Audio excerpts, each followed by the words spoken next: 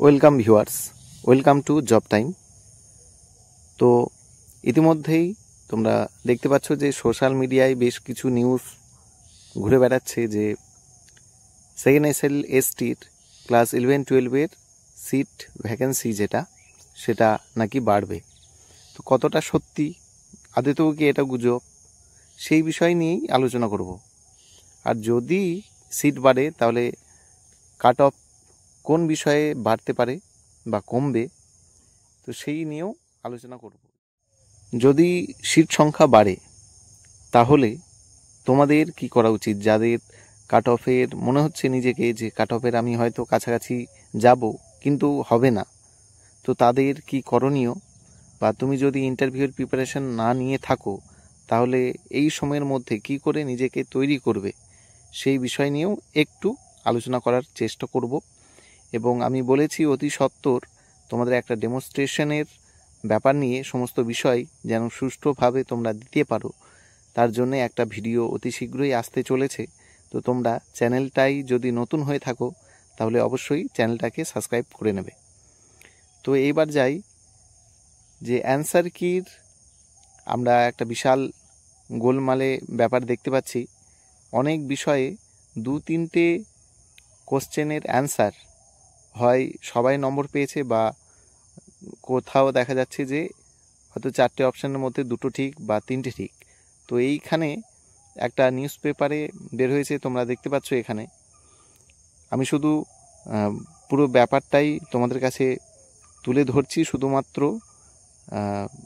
Answer কির সম্বন্ধে বিস্তারিত যে সব লেখা আছে তোমরা সেটা পড়ে নেবে। আমি শুধুমাত্র যে কোন বিষয়ে কটি অ্যান্সার অল করে দেওয়া হয়েছে, কোন অ্যান্সার শুধুমাত্র অপশানে 2টো ঠিক বা 3টে ঠিক করে দেওয়া হয়েছে, সেই বিষয় নিয়েই বলবো। তো কেমিস্ট্রিতে তোমরা দেখতে পাচ্ছ 3টি প্রশ্নে সবাইকে নম্বর দেওয়া হয়েছে। শুধু কেমিস্ট্রি নয়, আরও অনেক বিষয় আছে, আসছি সেই নিয়েই, তোমরা স্ক্রিনে দেখতেও পাচ্ছ। এরপর ভূগোলে যদি আমরা দেখি তাহলে এখানেও 3টি প্রশ্নে সবাইকে নম্বর দেওয়া হয়েছে। ইতিহাসে 4টি প্রশ্নে সবাইকে নম্বর, আর 1টি প্রশ্নে অ্যাটেম্পট করলেই নম্বর। তাহলে এখানে টোটাল আমরা যদি ধরি তাহলে 5টা। ঠিক আছে, ইতিহাসেই সব থেকে গণ্ডগোল হয়েছে, কারণ এমন ট্রিকি কোশ্চেনও চলে এসেছিল যার কারণে এটা বাধ্য হয়ে এরকম একটা ডিসিশন নিতে হয়েছে। এরপরে এনভায়রনমেন্টাল স্টাডিজে 3টি প্রশ্নে 2টি করে অপশনই ঠিক। সংস্কৃত 2টি প্রশ্নে সবাইকে, অন্য একটিতে অ্যাটেম্পটেই নম্বর, আরও 1টি প্রশ্নের 2টি অপশানে নম্বর। ঠিক আছে। এগ্রিকালচার সায়েন্সে 1টি প্রশ্নের কোনো অপশানই ঠিক নয়, ভাবা যায়। অন্য 2টি প্রশ্নে 2টি করে অপশন ঠিক। এবার হোম ম্যানেজমেন্ট ও হোম নার্সিংয়ে 3টি প্রশ্নে সবাইকে নম্বর, অন্য একটি প্রশ্নে আবার 3টি অপশানই ঠিক। তো এরকম ছেলেখেলা একটা বিষয় ঘটে গেছে। তো যাই হোক, এবার বলি যে এসএসসির আরও বাড়ছে শিক্ষক পদ, তো সেই নিয়েও একটু বলে নিই। দেখো, সিট সংখ্যা বাড়বে এই নিয়ে অনেক আন্দোলন হলো। প্রত্যেকটা স্টুডেন্ট যারা SLST দিয়েছে এবার তারা নিজের সর্বোচ্চ চেষ্টা করেছে এই সব ব্যাপারে, যে প্রত্যেকটা আন্দোলনে ইনক্লুড হওয়া, তাই না?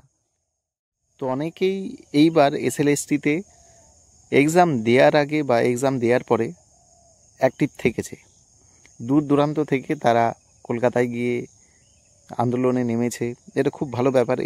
এই রকম একটা স্পিরিট না থাকলে এই যা অবস্থা আমাদের ওয়েস্ট বেঙ্গলের, সত্যি খুব দুর্দশায় পরিণত হয়েই গিয়েছে, কিন্তু আরও হতে পারে, তাই না? তার জন্য প্রত্যেককে নিজের অধিকার নিয়ে লড়তে হবে। তো এই শিক্ষক পদ বাড়বে সে নিয়ে যে আন্দোলন হয়েছিল সেই ব্যাপারও আমি বলবো যে হ্যাঁ, সরকার হয়তো একটু ভাবছে এই বিষয় নিয়ে। তো একটু বাড়তে পারে বলবো না, কিন্তু চান্স আছে। শূন্যপদ যদি বাড়ে তাহলে অবশ্যই কাট অফটা একটু 1 নম্বর কমতে পারে, কারণ তার বেশি কমবে না। এত স্টুডেন্ট এক্সাম দিয়েছে, প্রায় 2.5 লক্ষ। তো 700 থেকে 800টা যদি সিট বাড়ে এবার দেখতে হবে যে কোন সাবজেক্টে কতটা সিট বাড়তে পারে, সেটার উপরেও একটা ডিপেন্ড করবে কারা কারা চান্স পাবে, কারা কারা পাবে না।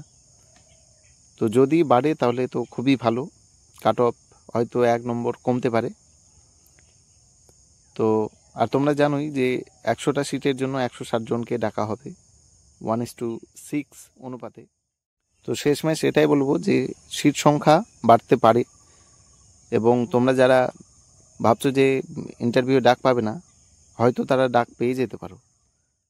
তার জন্য বলবো যে আর বেশি সময় নেই, মোটামুটি ভেরিফিকেশনের ডেট তো দেওয়াই হয়ে গিয়েছে, এবার ইন্টারভিউয়ের ডেটটা বেরোবে। তো নিজেরা প্রস্তুতি নিতে থাকো, নিজের বেস্টটা দাও।